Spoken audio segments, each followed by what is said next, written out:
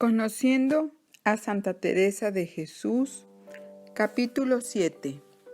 Entrada al convento. Les habla Luz María González desde el Carmen de Querétaro y le agradezco a Fray Antíoco que me haya invitado en este proyecto para dar a conocer a Santa Teresa. En el capítulo anterior veíamos cómo fue su estancia en el convento de Santa María de Gracia, donde se dan los primeros signos vocacionales de la adolescente Teresa.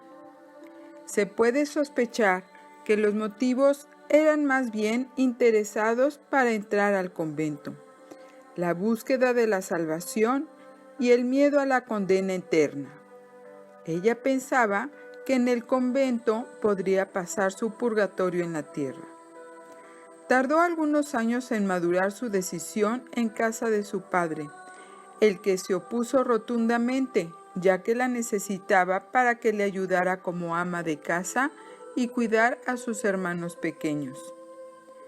Entonces se puso de acuerdo con su hermano Antonio en salir a escondidas, sin permiso ni consentimiento de su padre, sino contrariando su voluntad.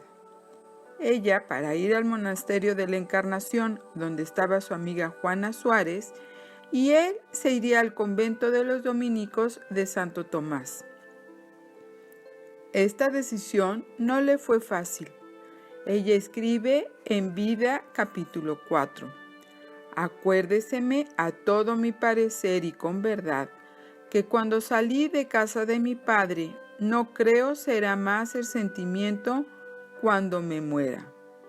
Porque me parecía cada hueso se me apartaba por sí, que como no había amor de Dios que quitase el amor del Padre y parientes, era todo haciéndome una fuerza tan grande que si el Señor no me ayudara, no bastaran mis consideraciones para ir adelante. Entró al monasterio el 2 de noviembre de 1535, con 20 años cumplidos. Estaría en este convento 27 años, desde 1535 hasta 1562, y además otros 3 años de priora después de haber fundado San José, el primero de su reforma, de 1571 a 1574.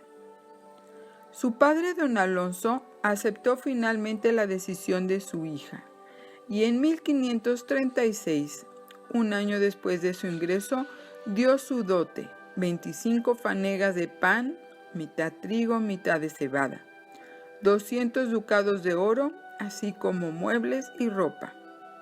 A su entrada firmó como Doña Teresa de Ahumada.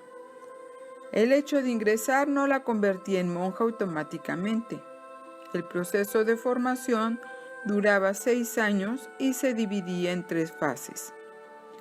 Primero, el postulantado, que duraba 1 año, y en el cual se le permitía renunciar antes de dar el paso definitivo.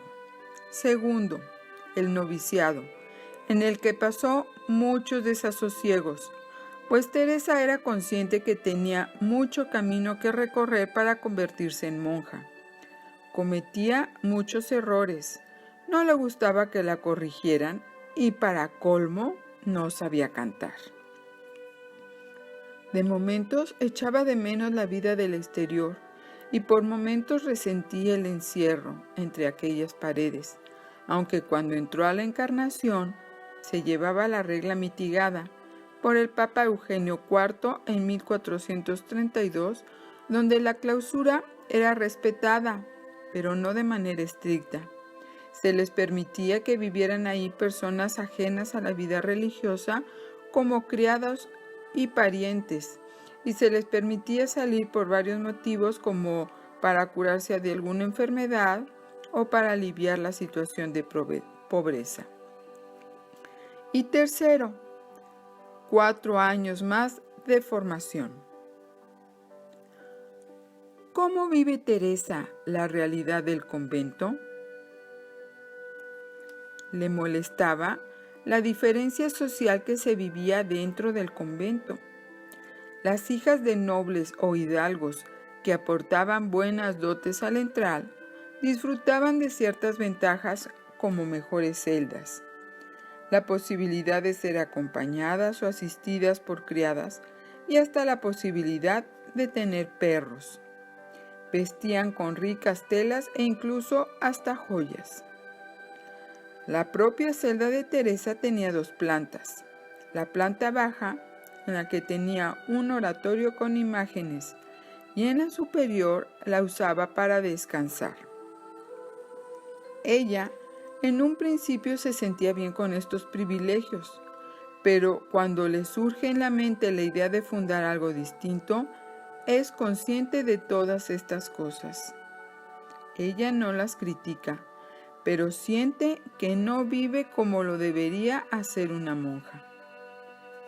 En cuanto al locutorio, que es el lugar donde se recibían las visitas, iban muchos hombres. Normalmente eran donantes que pedían consejo espiritual y con frecuencia buscaban a doña Teresa, pues tenía muy agradable conversación.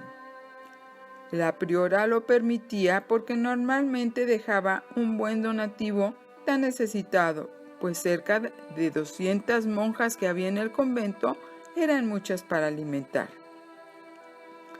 Además de las preocupaciones de su propio comportamiento, empezó a sufrir problemas de salud.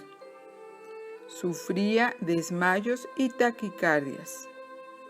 Y como no mejoraba, esto fue a menos de 2 años de haber entrado al convento, el pobre don Alonso se hace cargo de la grave enfermedad de su hija recién profesa, la saca del convento y la lleva primero a casa de su hermano Pedro, en Ortigosa. Todo esto lo veremos en el próximo capítulo. Gracias.